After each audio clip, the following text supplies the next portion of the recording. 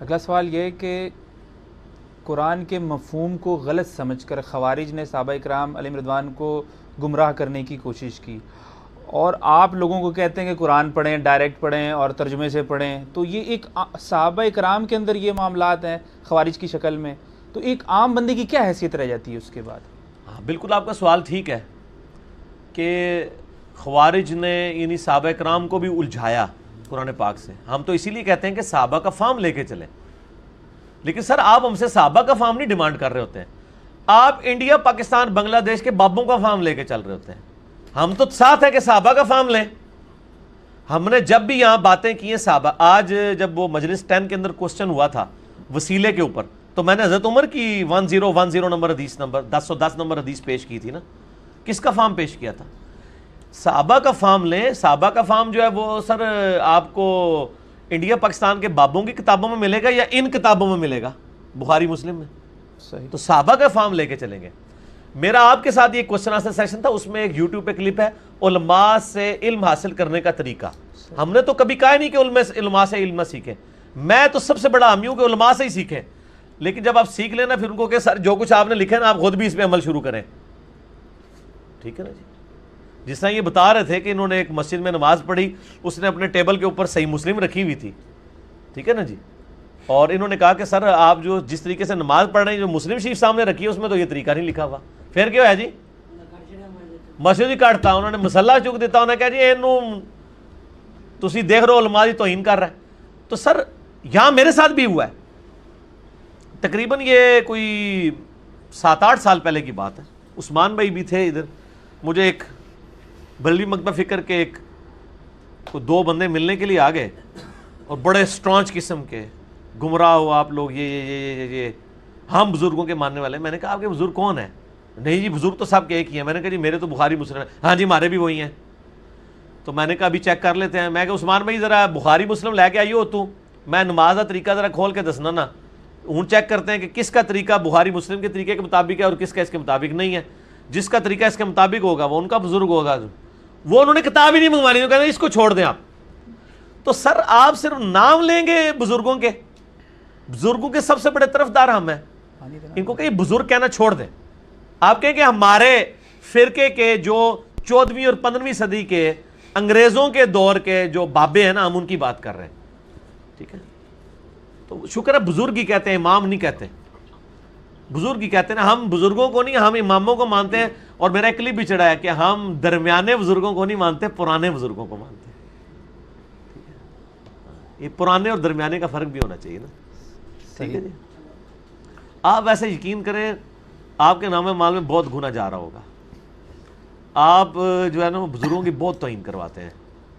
نہیں مسئلہ تو سیکھنے کا ہے، اور لوگوں کے یہ سوال ہیں. سر وہ اب مجھے مولانا اسحاق صاحب کی وہ بات یاد آ گئی. مولانا اسحاق صاحب فرمایا کرتے تھے کہ اللہ دے بندے ہو جدوں اسی توحید ڈسکس کران گے تے نبیوں دی گستاخی تے آٹومیٹکلی ہو جاندی ہے. ادو تے کہنا پوے گا یار کہ نبی کول کچھ نہیں ہے، اللہ ہی دیندا ہے. نبی کول غیب نہیں، اللہ دسدا ہے. تو آٹومیٹکلی گستاخی ہو جاتی ہے. یہ بڑا ان کا یعنی کانٹے کا جملہ تھا کہ توحید کا مطلب ہی اس چیز کو اچھا. اور میں اس کو سپورٹ کیا تو انہوں نے ایک جملہ بولا نا، بائی چانس میرے ذہن میں آ گیا نا. میں اس کو سپورٹ کر دیتا ہوں قرآن سے بھی کہ واقعی توحید کو اسٹیبلش کرنے کے لیے آپ کے زوم میں جو گستاخی ہے نا وہ ہو جاتی ہے. اللہ اس کو گستاخی نہیں مانتا، لیکن اللہ کے ماننے نہ ماننے سے ان کو فرق نہیں پڑ رہا ہوتا نا. یہ تو گستاخی اس کو سمجھتے ہیں جو ان کے بزرگوں نے سکھائی ہے. اب میں آپ سے ذرا سوال کرتا ہوں بزرگوں کے ماننے والے سے. آپ بزرگوں کے ماننے والے ہیں؟ نہیں الحمدللہ اب تو کوشش کر رہے ہیں. نہیں ہم تو بزرگوں مانتے ہیں. آپ کے میں پرانے بزرگوں کا ماننے والا ہوں، درمیانے کا نہیں. ہاں ٹھیک ہے. ہاں درمیانے کے نہیں، پرانے کے. اچھا دیکھیں گستاخی کس طرح ہو جاتی ہے. یہ آیت دیکھیں، اعوذ باللہ من الشیطان الرجیم، سورۃ المائدہ آیت نمبر 17 نمبر. لقد کفر الذین قالوا ان اللہ هو المسیح ابن مریم. بے شک وہ لوگ کفر کر رہے ہیں جو کہہ رہے ہیں کہ بے شک اللہ ہی عیسیٰ ابن مریم ہے. یعنی وہ پروٹیسٹنٹ کا عقیدہ تھا نا اس زمانے میں. جیکوبائٹ سے آج کل پروٹیسٹنٹ ہے کہ حضرت عیسیٰ ہی خدا ہے. کیتھولک کہتے ہیں کہ وہ خدا کا بیٹا ہے. اللہ طرف ماتا ہے قل فمن یملک من اللہ شیئا. اے نبی فرما دیجئے کہ اللہ کا کوئی کیا بگاڑ لے گا. ان اراد ان یہلک المسیح ابن مریم، اگر اللہ ہلاک کر دے عیسیٰ ابن مریم کو. سر اس سے زیادہ سخت جملہ ہو سکتا تھا؟ اللہ یہ بھی کہہ سکتا تھا کہ اللہ عیسیٰ کو موت دے دے، وصال شریف فرما دے، وفات شریف فرما دے، شہید شریف فرما دے۔ اللہ نے کیا لفظ استعمال کیا؟ اگر اللہ ارادہ کرے کہ عیسیٰ ابن مریم کو ہلاک کر دے، یہ کتنا سخت جملہ ہے، وَأُمُّهُ، اس کی ماں کو بھی ہلاک کر دے، وَمَن فِي الْأَرْضِ جَمِيعًا، اور جتنے زمین میں سب کو ہلاک کر دے، سارے بزرگ فارغ ہیں۔ آپ اکثر کہتے ہیں نا بزرگ ہی نہیں بچیں گے، اللہ نے کہا جتنے بچے ہیں وہ بھی۔ وَلِلَّهِ مُلْكُ السَّمَاوَاتِ وَالْأَرْضِ، اللہ ہی کے لیے بادشاہت آسمانوں اور زمین کی، وما بینہما، جو کچھ اس کے درمیان ہے، یخلق ما یشاء، جس کو چاہتا ہے جو چاہتا ہے پیدا کرتا ہے، واللہ علی کل شیء قدیر۔ اللہ تعالیٰ نے فرمایا ہے کہ تم عیسیٰ اور ان کی ماں کو مشکل کشا بنا کے بیٹھے ہوئے ہو، اب غصہ کس پہ تھا؟ عیسائیوں پہ، نکلا کس کے اوپر؟ عیسیٰ علیہ السلام پہ۔ کیوں؟ رب ہے، وہ اپنے بندے کو جس لیول پہ مرضی جا کر ڈسکس کرے۔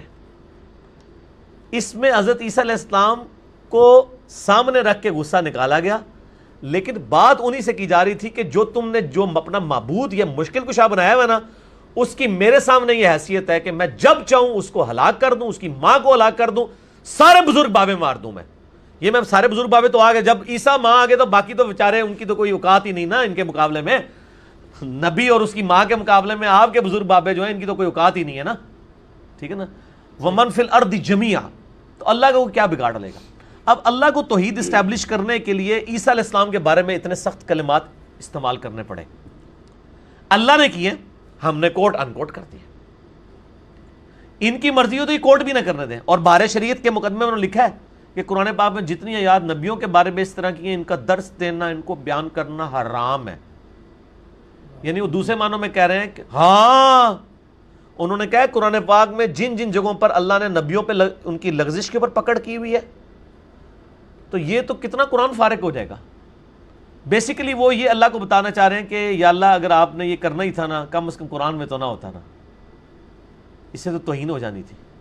یہ مینٹیلٹی ہے نا، جبکہ دین کسی اور چیز کا نام ہے، دین سچائی کا نام ہے، اور دین خدا کی معرفت کا نام۔ تو مولانا ساق صاحب کا جو جملہ نا، کو یار توحید بیان کریں گے تو گستاخی تو ہو جائے گی نا، وہی ہے نا، دیکھو جو آپ گستاخی سمجھتے ہیں، گستاخی ہوتی نہیں ہے، لیکن چونکہ آپ کو پڑھایا گیا کہ یہ گستاخی ہے، وہ ہو جائے گی آٹومیٹکلی، ٹھیک ہے نا۔ صحیح۔ آگے جا کے سورۃ المائدہ میں یہ ہے کہ عیسیٰ اور اس کی ماں تو روٹی کھانے کے محتاج تھے۔ او یار، جو روٹی کھانے کا محتاج ہے اس کو تم مشکل کشا بنائے ہوئے ہو، اس سے زیادہ کوئی سخت جملہ ہو سکتا ہے؟